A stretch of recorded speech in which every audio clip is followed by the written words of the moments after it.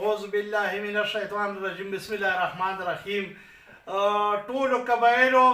ته یو هغه کړم خبر کړم چې د چهارشنبې را روانې چهارشنبې په ورځ په 2 بجې نشترحال کې د جماعت اسلامي امیر سراج الحق د ټولو قبایلو جرګه راغوښتې ده د قبایلو حقوقو باره کې.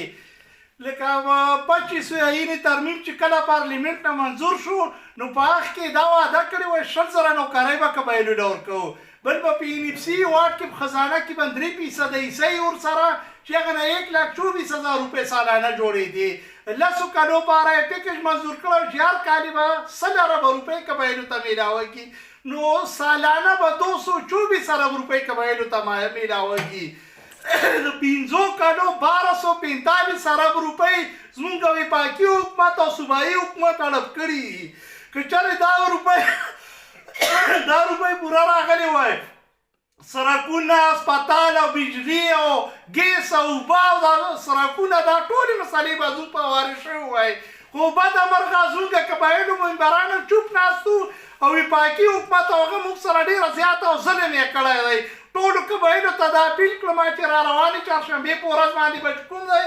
هغه له نشترحال نه راشئ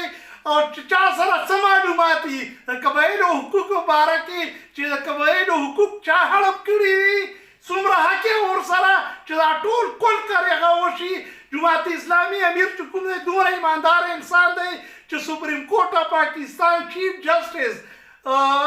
ورته ویلي وو چې په ټول پاکستان په سیاستدانو کې واحد سراج الحق صادق او امین د ایمانداره دی.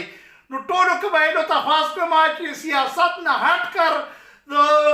پیرکواریت نه او تعصب او د هر شي نه سیاست نه هټ کر د قبایلو حقوقو بارې غونډه راوښتې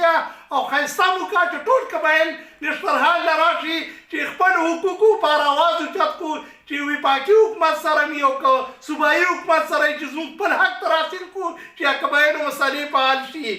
د اخري شعر باندې مې اخلاص کړم چې ماتې به پنجرې شي زولنې به ټولې ماتې شي، ماتې به پنجرې شي زولنې به ټولې ماتې شي، چا یې تل ساتلي زمري په زنځیرونو کې. والسلام.